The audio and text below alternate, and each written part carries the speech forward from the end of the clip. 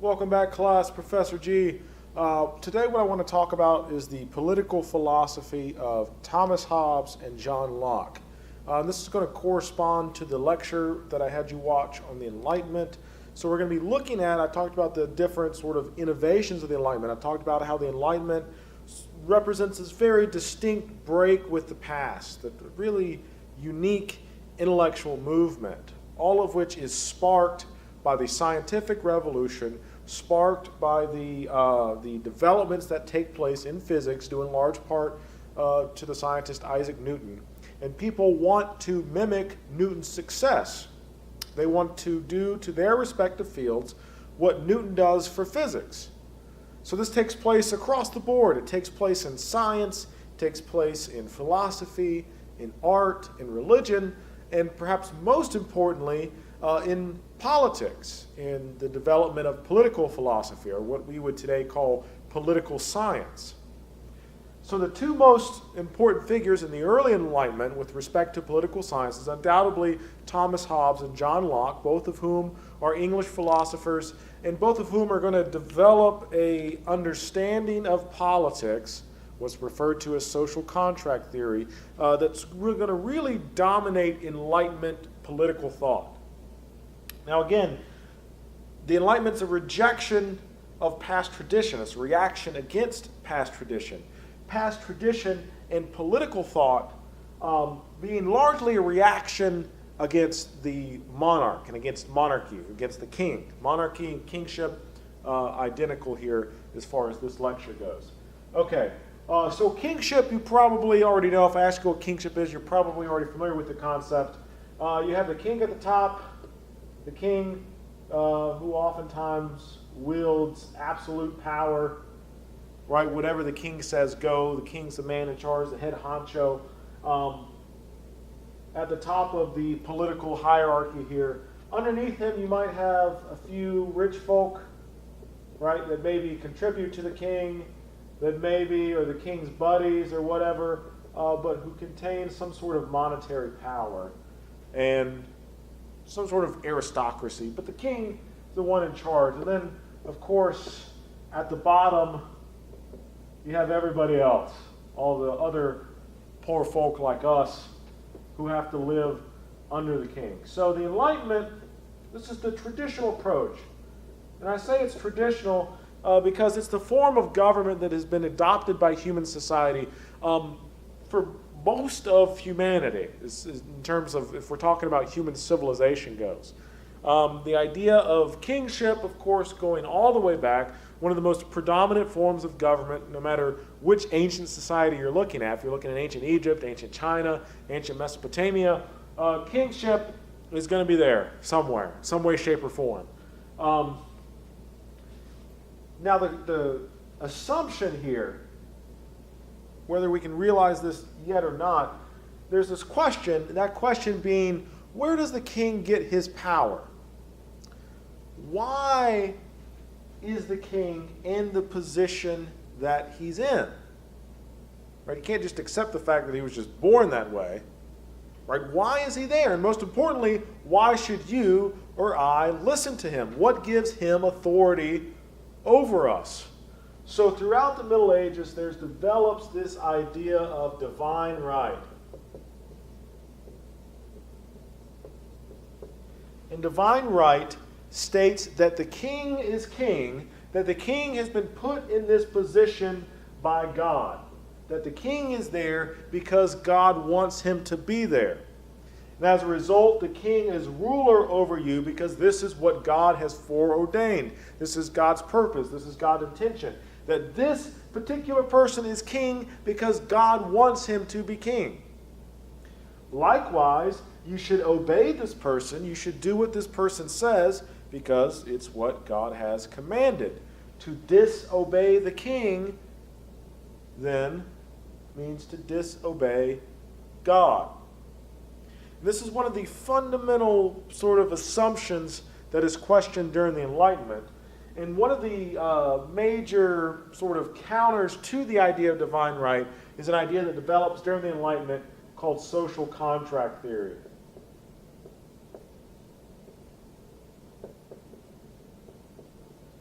social contract. So they both ask the same question.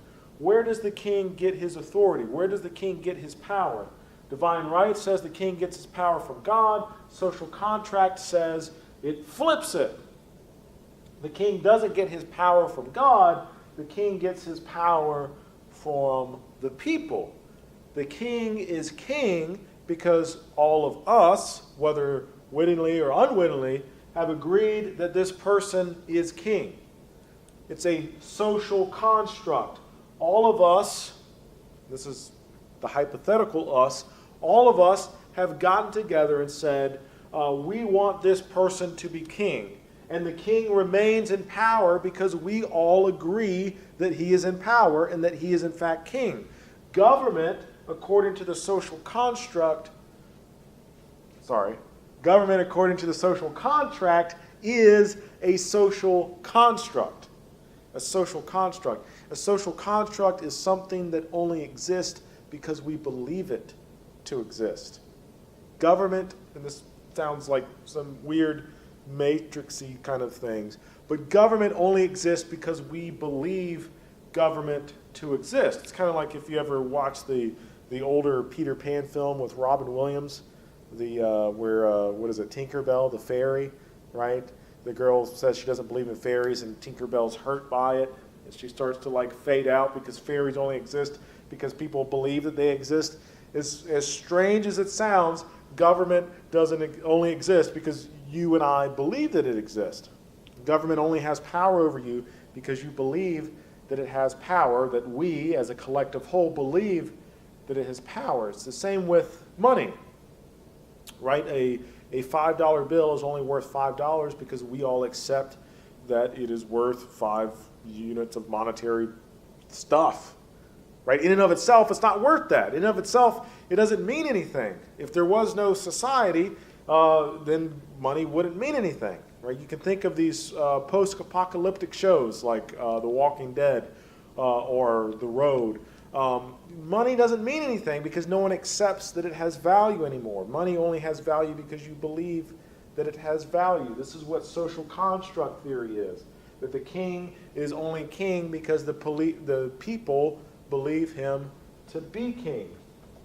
So both Hobbes and Locke accept social contract theory. Both Hobbes and Locke are going to articulate a form of social contract theory. Both Hobbes and Locke are going to share some basic fundamental ideas, but they're also going to diverge widely from each other. The first idea that they're going to share is this idea of a state of nature. State of nature. In a state of nature, according to both Hobbes and Locke, what they do agree on is that a state of nature is a state in which there is no government. A state, let's put a big X, a state in which there is no government. And for Hobbes and Locke, there's a debate about whether this state is a hypothetical state or whether they're actually describing a real place. For Locke, a lot of his ideas are based on his observations of Native Americans, so perhaps there is some reality to this for Locke. But for now, for our purposes, we'll imagine a state of nature to be a hypothetical, right? What is society like, for example, what is society like in The Walking Dead? There's no government. There's no police. There's no ruling authority aside from a few of the powerful groups, right?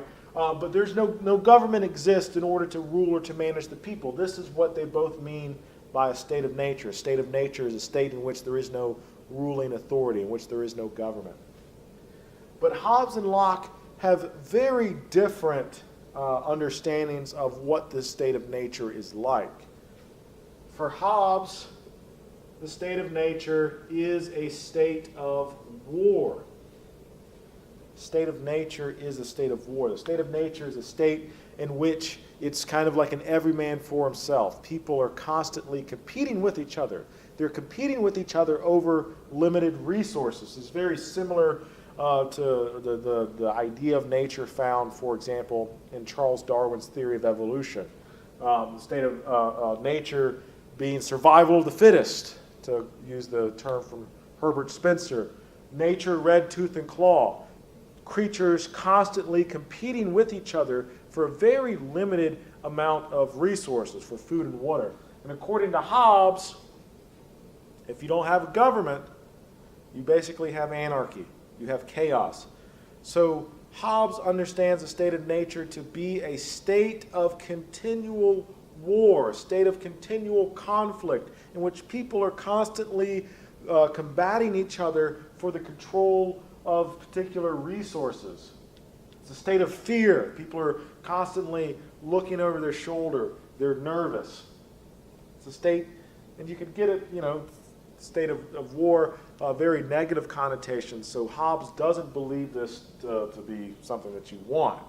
In fact, Hobbes is going to say that any form of government, no matter what that form of government is better than the state of nature. No matter if it's Hitler's Germany, if it's Stalin's Russia, if it's Kim Jong-un's North Korea, it doesn't matter. Any form of government is better than this. Now, Locke is going to agree with the definition of a state of nature, but he's going to understand the state of nature to be very different. For Locke, the state of nature is a state of freedom. State of nature is a state of freedom. So Hobbes is basically just two different outlooks on the exact same thing. Hobbes is a glass is half empty kind of guy. Locke in this situation is a glass is half full kind of guy. The state of nature is a state of freedom because there's no government to tell you what to do. There's no government to take 30% of your paycheck. There's no government to limit your individual freedom. So Locke sees this as a good thing. Now, both of their understandings of the state of nature stem from their understanding of human nature, what humanity is. Human nature. Human nature and philosophy ask the question, what is the common aspect of all human beings? Are we inherently good? Are we inherently bad? And you can see this reflected in each of their understanding of the state of nature. For Hobbes, he says the state of nature is a state of war. Hobbes believes humanity to basically be evil. Human beings are terrible, terrible creatures, and that given the opportunity, we would readily betray our neighbor, readily betray anybody in order to survive. So Hobbes has, if you've ever seen like the movie The Purge, right? There's like one night a week where anything's legal. And so what do people do? I've always found this concept strange, right? Anything is legal. Anything you want to do is legal. And so what's the first thing people do? People go out and start murdering other people, right? Why not like rob a bank or commit like fraud over the internet or something? Why was your first inclination to go out and murder somebody? For Hobbes, your first inclination is to go out and murder somebody because you are inherently a terrible human being. Everybody, all of us are, right? Locke, not so much. Locke basing a lot of his ideas off his observations of the Native Americans. America is a colony by the time that Locke is writing his two treatises on government, so a lot of information is rolling in about the Native Americans. And so Locke, there's this concept at the time of the noble savage, and Locke kind of understands the Native Americans to be living in a state of nature, but he doesn't really see Native Americans running around killing each other. Instead, they're just like relaxing in the forest, walking around like half naked, sort of chilling out, right? Not running around murdering each other. Now, Locke didn't know what we know about Native Americans, right? Because he believes that the Native Americans are living in a state of freedom, that there is no government. And of course, as you know, the Native Americans did have a form of government, and the Native Americans did go to war with each other, maybe not to the extent that Europeans, but Locke, very idealistic picture of Native Americans. Okay, so they both have this general understanding of the state of nature, but two very different understandings of what would actually happen in the state of nature. Okay, so they also have a similar understanding of natural law and natural rights. Natural law natural rights.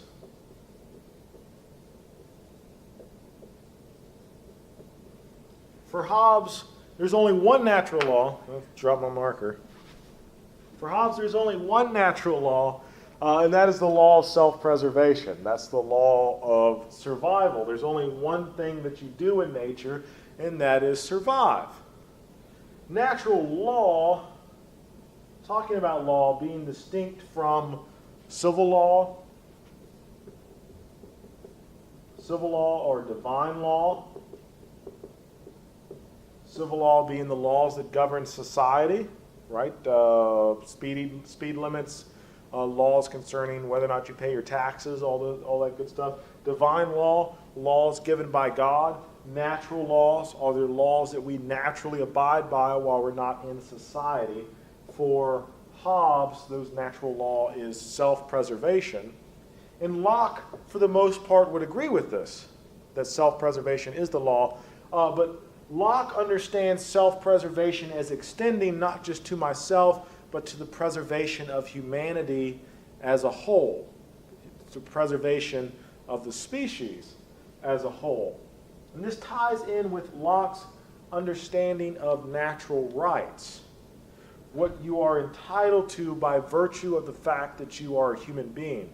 Hobbes says you're entitled to self-preservation, that's about it. Locke says that each human being, because they are human, that all of us are born with certain unalienable rights, that all of us are born with certain rights just because we exist. That these rights are life, the right to self-preservation, the right to live, liberty, the freedom to choose how you act, and according to Locke, property.